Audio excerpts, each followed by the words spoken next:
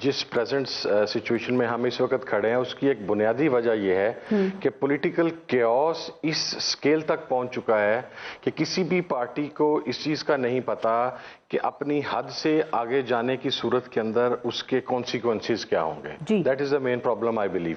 دیکھیں یہ قطعاً نہ ہوتا اگر پنجاب اسمبلی اور کے پی کے اسمبلی ڈیزالو ہونے کے بعد انتخابات مقررہ مدت کے اندر کروا دیے جاتے. پھر جو بھی جیتا، ہم نہیں کلیم کرتے کہ جناب کون جیت رہا تھا کون نہیں جیت رہا تھا، جو بھی جیتا، اگر پی ڈی ایم کی حکومت کو اور ان لوگوں کو اتنا یقین ہے کہ عوام ان کے ساتھ ہیں اور عوام کی طاقت سے یہ دوبارہ 2 صوبوں کی حکومتیں لے سکتے ہوتے تو یہ یقیناً انتخابات کروا چکے ہوتے.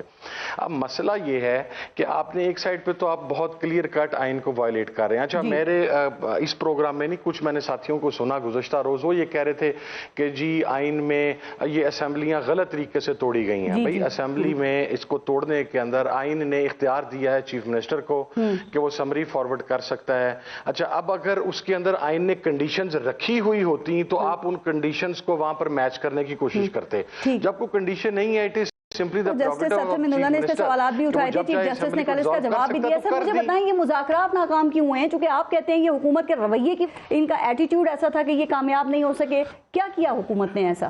وہ تو کہہ رہے ہیں تمام باتوں پہ اتفاق ہوا سوائے الیکشن کی ڈیٹ کے. میں مذاکرات کی ناکامی کے اندر ایک چیز کے اوپر بہت کلیئر ہوں، وہ یہ ہے کہ موجودہ حکومت 1 سے 2 سال انتخابات نہیں چاہتی. یہ ہر چیز کو لینگر آن کرنا چاہتی ہے. یہ پریزیڈنٹ آف پاکستان کا جو ٹینیور پورا ہو رہا ہے اس کا انتظار کر رہی ہے. یہ موجودہ چیف جسٹس آف پاکستان کا ٹینیور پورا ہونے کا انتظار کر رہی ہے. یہی وجہ ہے کہ مذاکرات جو ہیں اور اس کے اندر رویہ کا تھا. دیکھیں تمام ایرسٹوٹلز مل کے کہتے تھے عمران خان مذاکرات کی ٹیبل پر نہیں بیٹھے گا. میں کہتا تھا بیٹھے گا کیونکہ ہم اس کے ساتھ بیٹھے ہوئے تھے. وہ ہمیں بار بار کہہ رہا تھا کہ مجھے بٹھائیں تو صحیح. وہ بیٹھ گیا ٹیبل کے اوپر آپ کے ساتھ. اچھا اس نے ایک سٹیپ آگے جاتے ہیں اس نے یہ کہا کہ چلے مل کے کوئی ایسی صورت نکال لیتے ہیں کہ اگر آپ اکتوبر میں انتخابات کروانے ہیں تو جولائی میں کروا دیں گے تو کون سی قیامت آ جائے گی، یا اگست میں کروا دیں گے، منتھ یہ اکتوبر میں کون سی قیامت آ جائے گی. اس نے وہاں اس حد تک تو لچک دے دی. جی سر اکتوبر میں انتخابات تو کون سی قیامت آ جائے گی؟ دیکھیں مذاکرات کی ناکامی کی ذمہ داری خواجہ آصف کو دی جا رہی ہے، ان کے بیانات. تو دوسری طرف خان صاحب کا بھی رویہ نہیں تھا، چونکہ کہا جاتا ہے خان صاحب ایک ایسی شخصیت ہے جن کے ساتھ مذاکرات کامیاب ہو ہی نہیں سکتے ہیں. مذاکرات ہو رہے تھے تو خان صاحب نے بھی کہا تھا کہ جولائی میں الیکشنز ہوں گے تو مذاکرات کا فائدہ ہے ورنہ نہیں ہے.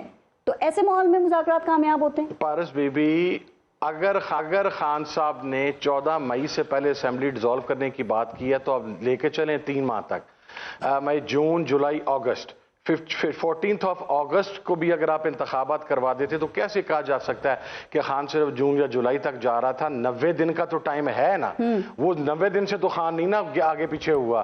تو آپ 14 اگست میں بھی جا سکتے تھے. دوسرا آپ مجھ سے پوچھتی ہیں کہ اکتوبر میں کیا ہوگا. میں آپ کو بتاتا ہوں کیوں اکتوبر میں جانے سے ہم تمام لوگ کنی کترا رہے ہیں. اس کی بنیادی وجہ یہ ہے ہمیں یقین ہے کہ قائم مقام جو پریزیڈنٹ صاحب ہیں وہ آئیں گے، وہ پی ڈی ایم کو اور پاکستان کی موجودہ اسٹیبلشمنٹ کو سرو کریں گے.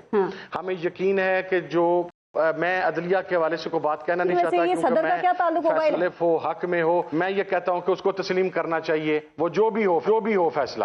آپ دیکھیں اسی بینچ نے جب آج سے 1 سال پہلے قاسم سوری کی رولنگ کو غلط قرار دے کے تو تحریک عدم اعتماد کی بات کی تھی، تو یہی ان 5 میں سے یہ 3 جج تھے جو دنیا کے سب سے بڑے آئین اور قانون کے فاتحین میں جن کا شمار پی ڈی ایم کروا رہی تھی. آج انہی 3 ججز کی رولنگ کو یہ ماننے کے لیے تیار نہیں ہے. اچھا حامد رضا صاحب، آج پی ٹی آئی نے جو ریلیاں نکالی ہیں ان کا مقصد کیا ہے سر؟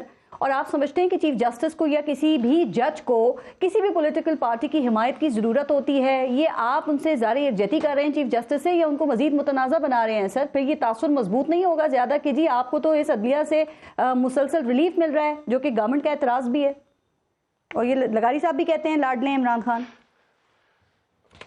اچھا پارس میرا سوال یہ ہے، دیکھیں کہ جو کچھ سپریم کورٹ کے ساتھ گزشتہ 1-1.5 ماہ سے کیا جا رہا ہے، میرا خیال ہے کنٹیمپٹ آف کورٹ پاکستان کا، میں ویسے کنٹیمپٹ کا سب سے بڑا مخالف ہوں کہ یہ ہونی نہیں چاہیے، لیکن کنٹیمپٹ آف کورٹ کو پہلی مرتبہ اگر کسی عدالت نے خود دفن کیا ہے تو وہ موجودہ چیف جسٹس ہیں اور آنریبل ججز ہیں کہ جو زبان استعمال کی گئی عدلیہ کے بارے میں اس کے اوپر انہوں نے خاموشی اختیار کی.